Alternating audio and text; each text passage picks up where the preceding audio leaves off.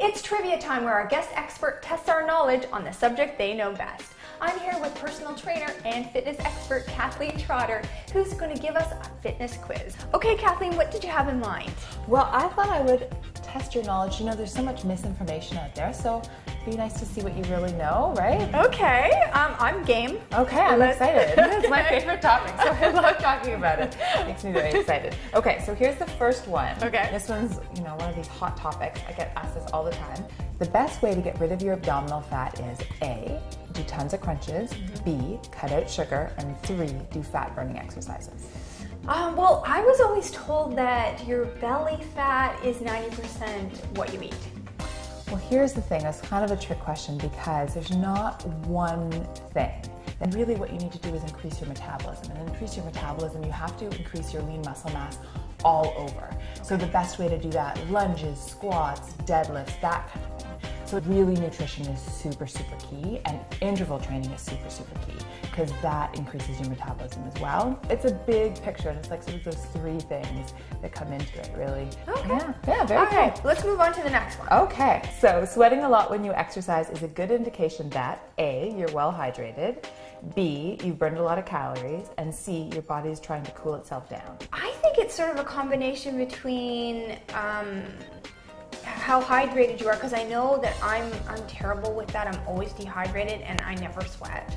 So I think it's probably a combination of that and your body trying to cool itself down. Yeah, it is.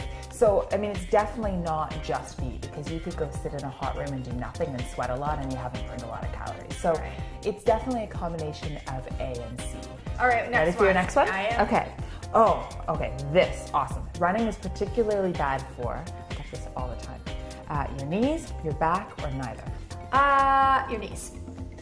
You know what? Everybody thinks that. And I get told all the time as a runner, they're like, are you sure you want to run? Like, don't you want to be walking when you're 50? And I say back, I plan to be running while I'm like 105. The trick is with running and anything else, it's not if you run or if you don't run, it's how you run.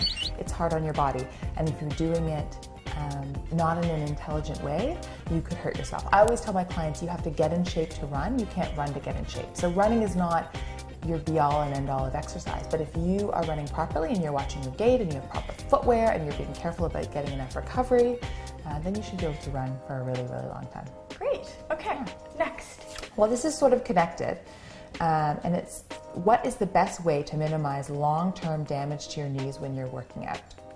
So 1, run on the treadmill instead of pavement. 2, do strength training for your legs. And 3, mix running with other cardio in addition to strength training. C. Yeah, it's definitely a combination of the correct strength training routine and not running every day. You know, as I said prior, it is hard on the body, so you have to give yourself enough time to recover, and you have to slowly build up what's called your tissue tolerance.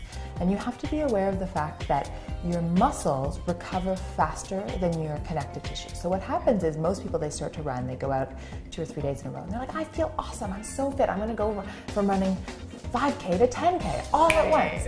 And it's because they're hard in their lungs, they hurt the muscle. So it adapts and it feels stronger and your legs feel good.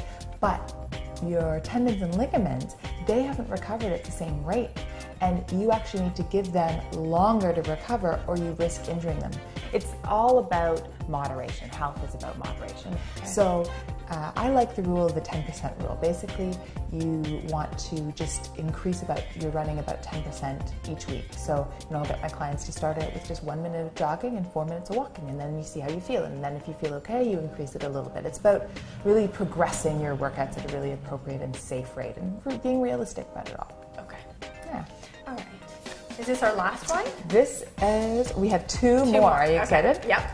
Okay, so stretching is essential. A, before a workout. B, after a workout. C, before and after a workout. Okay, this one I am very confused about because when I first started working out, someone told me that you should stretch before your workout.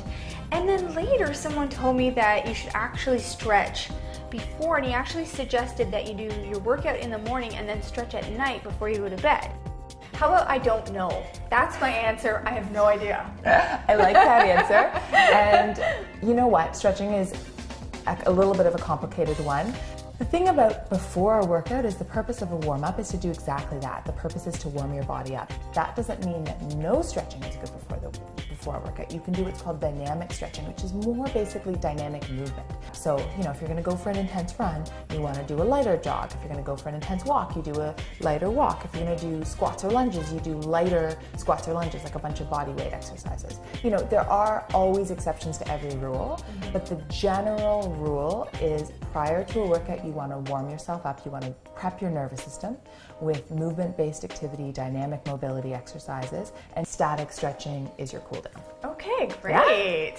All right, last but not least. One, exactly. And I keep saying every single question is my favorite. They're all so good, but I do really like this one. Okay, so you have to exercise for a minimum of how long to get real health benefits? 1 hour, it depends on the workout, and 45 minutes. I think it depends on the workout. Okay, I like it. For the average person, really it's just about when can you fit it in long term. It's not about what you can do tomorrow, it's not about what you can do next week, it's not about what you can sustain for a month, it's what you can sustain for the rest of your life. Basically, the best workout for you is the workout that you can do on a regular, consistent basis. That's amazing. Yeah. All right. Thank you very much, Kathleen. Thank you so much for having me. If people want to get in touch with you, how do they do it? Well, I have a website, KathleenTrotter.com, and I'm on Facebook, and I'm on Twitter, and I actually just joined Pinterest, which I'm super excited about because of all these different boards. So it's just growing. It's in its very nascent stage right now. Like, it's very small, but I'm really hoping that it'll get better and better, and you can use it as a really reliable source for information. Okay, so look her up on Pinterest. Yeah, exactly. Do that. Okay, thanks, Kathleen. Thanks again.